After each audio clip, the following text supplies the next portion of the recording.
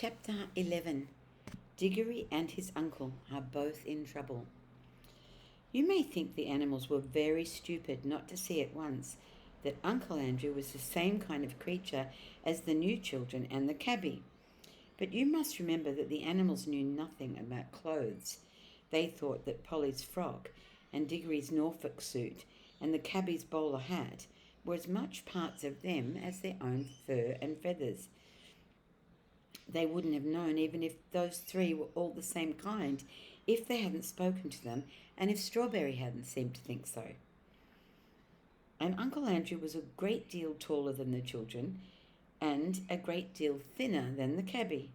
He was all in black except for his white waistcoat, which was not very white by now, and the great grey mop of his hair, now very wild indeed, didn't look to them anything like they'd seen in the other three humans. So it was only natural that they should be puzzled. Worst of all, he didn't seem to be able to talk. He had tried to. When the bulldog spoke to him, or as he thought, first snarled and then growled at him, he held out his shaking hand and gasped, "Good doggy, then, poor old fellow." But the beast could not understand him any more than he could understand them. They didn't hear any words, only a vague, sizzling noise. They didn't hear anything else. Perhaps it's just as well that they didn't, for no dog that I ever knew of, least of all a talking dog of Narnia, likes being called good doggy then, any more than you would like being called my little man. Then Uncle Andrew dropped down in a dead faint. "There," said the warthog. "It's only a tree. I always thought so." Remember, they'd never seen anyone faint or even fall. The bulldog, who had been sniffing Uncle Andrew all over, raised its head and said, "It's an animal. Certainly an animal. And probably the same kind as those other ones." "I don't see that," said one of the bears. "An animal wouldn't just roll over like that. We're animals and we don't just roll over. We stand up, like this." He rose to his hind legs, took a step backward, tripped over a low branch, and fell flat on his back. "The third joke, the third joke, the third joke," said the jackdaw in great excitement. "I still think it's a sort of tree," said the warthog. "If it's a tree," said the other bear, "there might be a bee's nest in it." "I'm sure it's not a tree," said the badger. "I had a sort of idea it was trying to speak before it toppled over." "That was only the wind in its branches," said the warthog. "You surely don't mean," said the jackdaw to the badger, "that you think it's a talking animal? It didn't say any words." "And yet, you know," said the elephant, the she-elephant, of course, because, you know, her husband had been called away by Aslan. "And yet, you know, it might be an animal of some kind. Mightn't the whitish lump at this end be a sort of face? And couldn't those holes be eyes and a mouth? No nose, of course, but then one mustn't be narrow-minded. Very few of us have exactly what could be called a nose." She squinted down the length of her own trunk with pardonable pride. "I object to that remark very strongly," said the bulldog. "The elephant is quite right," said the tapir, who also had a long nose. "I tell you what," said the donkey brightly, "perhaps it's an animal that can't talk but thinks it can." "Can it be made to stand up?" said the elephant thoughtfully. She took the limp form of Uncle Andrew gently in her trunk and set him up on end, but unfortunately upside down, so that 2 half-sovereigns, 3 half-crowns, and a sixpence fell out of his pocket. But it was no use. Uncle Andrew merely collapsed again. "There," said several voices. "It isn't an animal at all. It's not alive." I told you it is an animal, said the bulldog. Smell it for yourself. Smelling isn't everything, said the elephant. Why, said the bulldog, if a fellow can't trust his nose, what is he to trust? Well, his brains, perhaps, she said mildly. I object to that remark very strongly, said the bulldog. Well, we must do something about it, said the elephant, because it may be the navel, and it must be shown to Aslan. What do most of us think? Is it an animal or something of the tree kind? Tree, tree, said a dozen different voices. Very well, said the elephant. Then if it's a tree, it wants to be planted, we must dig a hole. The two moles settled that part of the business pretty quickly. There was some dispute as to which way Uncle Andrew ought to be put into the hole, and he had a very narrow escape, being put in head first. Several animals said his legs must be branches, and therefore the grey fluffy thing, they meant his head, must be his root. But then others said that the forked end of him was the muddier, and that it spread out more, as roots ought to do. So finally he was planted right way up. When they patted down the earth, it came up above his knees. It looks dreadfully withered, said the donkey. Of course, it wants some watering, said the elephant. I think I might, meaning no offence to anyone present, say that perhaps for that sort of work my kind of nose. I object to that remark very strongly, said the bulldog. But the elephant walked quietly to the river, filled her tank with water, and came back to attend to Uncle Andrew. The sagacious animal went on doing this till gallons of water had been squirted over him, and the water was running out of the skirts of his frock coat as if he'd been in a bath with all his clothes on. In the end, it revived him, and he awoke from his faint. What a awakening it was! But we must leave him to think over his wicked deeds, if he's likely to do anything so sensible, and turn to more important things. Strawberry trotted on with Digory on his back till the noise of the other animals died away, and now the little group of Aslan and his chosen counsellors was quite close by. Digory knew that he couldn't possibly break in on so solemn a meeting, but there was no need to do so. At a word from Aslan, the he-elephant, the ravens, and all the rest of them drew aside. Digory slipped off the horse and found himself face to face with Aslan. And Aslan was bigger and more beautiful and more brightly terrible than he had thought. He dared look into those great eyes. Please, Mr. Lion, Aslan, sir, said Digory, please will you give me some magic fruit of this country to make my mother well? He had been desperately hoping that the lion would say yes. He'd been horribly afraid that it might say no, but he was taken aback when it did neither. This is the boy, said Aslan, looking not at Digory but at his counsellors. This is the boy who did it. Oh dear, thought Digory, what have I done now? Son of Adam, said the lion, there is an evil witch abroad in my new land of Narnia. Tell these good beasts how she came to be here. A dozen different things that he might say flashed through Digory's mind, but he had the sense to say nothing except the exact truth. I brought her, Aslan, he said in a low voice. For what purpose? I wanted to get her out of my world back into her own. I thought I was taking her back to her own place. How came she be in your world, son of Adam? By magic. The lion said nothing, and Digory knew that he had not told enough. It was my uncle, Aslan, he said. He sent us out of our own world by magic rings.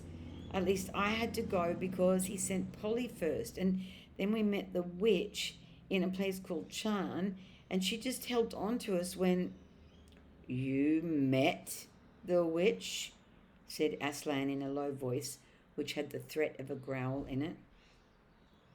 She woke up, said Digory wretchedly, and then, turning very white, I woke her because I wanted to know what would happen if I struck a bell. Polly didn't want to. It wasn't her fault. I fought her. I know I shouldn't have. I think I was a bit enchanted by the writing under the bell. Do you? Said Aslan, speaking very low and deep. No, said Digory. I see now I wasn't. I was only pretending to be. There was a long pause, and Digory was thinking all the time, I've spoiled everything. There's no chance of getting anything for Mother now. When the lion spoke again, it was not to Digory. You see, friends, he said, that before the new clean world I gave you is 7 hours old, a force of evil has already entered it, waked and brought hither by this son of Adam. The beasts, even Strawberry, all turned their eyes upon Digory till he felt that he wished the ground would swallow him up. But do not be cast down, said Aslan, still speaking to the beasts. Evil will come of that evil, but it is still a long way off, and I will see to it that the worst falls upon myself. In the meantime, let us take such order that for many 100 years yet this will be a merry land in a merry world, and as Adam's race has done the harm, Adam's race shall help to heal it. Draw near, you other two. The last words were spoken to Polly and the cabbie, who had by now arrived. Polly, all eyes and mouth, was staring at Aslan and holding the cabbie's hand rather tightly. The cabbie gave one glance at the lion and took off his bowler hat. No one had yet seen him without it. When it was off, he looked younger and nicer and more like a countryman and less like a London cabman. Son, said Aslan to the cabbie, I have known you long. Do you know me? Well, no, sir, said the cabbie. Leastways, not in an ordinary manner of speaking. Yet I feel somehow, if I may make so free, as how we've met before. It is well, said the lion. You know better than you think you know, and you shall live to know me even better. How does this land please you? It's a fair treat, sir, said the cabbie. Would you like to live here always? Well, you see, sir, I'm a married man, said the cabbie. If my wife was here, neither of us would ever want to go back to London, I reckon. We're both country folks, really. Aslan threw up his shaggy head, opened his mouth, and uttered a long single note, not very loud, but full of power. Polly's heart jumped in her body when she heard it. She felt sure that it was a call, and that anyone who heard that call would want to obey it, and what's more, would be able to obey it, however many worlds and ages lay between. And so, though she was filled with wonder, she was not really astonished or shocked when all of a sudden a young woman with a kind, honest face stepped out of nowhere and stood beside her. Polly knew at once that it was the cabbie's wife, fetched out of our world, not by any tiresome magic rings, but quickly, simply, and sweetly as a bird flies back to its nest. The young woman had apparently been in the middle of a washing day, for she wore an apron. Her sleeves were rolled up to the elbow, and there were soap suds on her hands.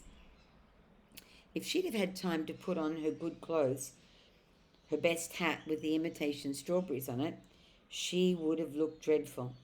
As it was, she looked rather nice. Of course, she thought she was dreaming. That's why she didn't rush across to her husband and ask him what on earth had happened to them both. But when she looked at the lion, she didn't feel quite so sure it was a dream. Yet for some reason, she did not appear to be very frightened. Then she dropped a little half curtsy, as some country girls still knew how to do in those days. After that, she went and put her hand in the cabbie's hand and stood there looking around her a little shyly. "My children," said Aslan, fixing his eyes upon them, "you are to be the first king and queen of Narnia." The cabbie opened his mouth in astonishment, and his wife turned very red. "You shall rule and name all these creatures, and do justice among them, and protect them from their enemies when enemies arise. And enemies will arise, for there is an evil witch in this world." The cabbie swallowed hard 2 or 3 times and cleared his throat. "Begging your pardon, sir," he said, "and thanking you very much, I'm sure, which my missus does the same, but I ain't no sort of chap for a job like that.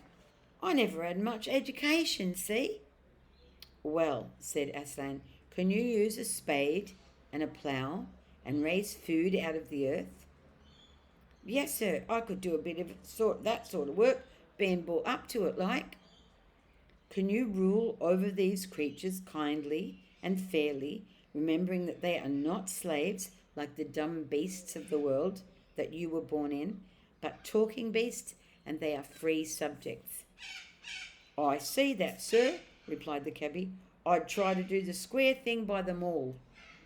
"And would you bring up your children and grandchildren to do the same?" "It'd be up to me to try, sir. I'd do my best. Wouldn't we, Nellie?"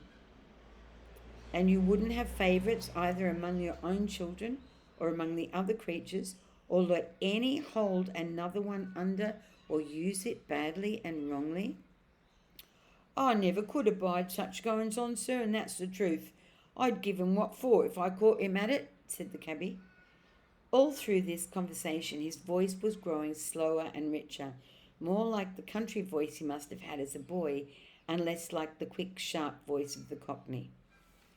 "And if enemies come against the land, for enemies will arise, and there was war, would you be the first in charge and the last in retreat?"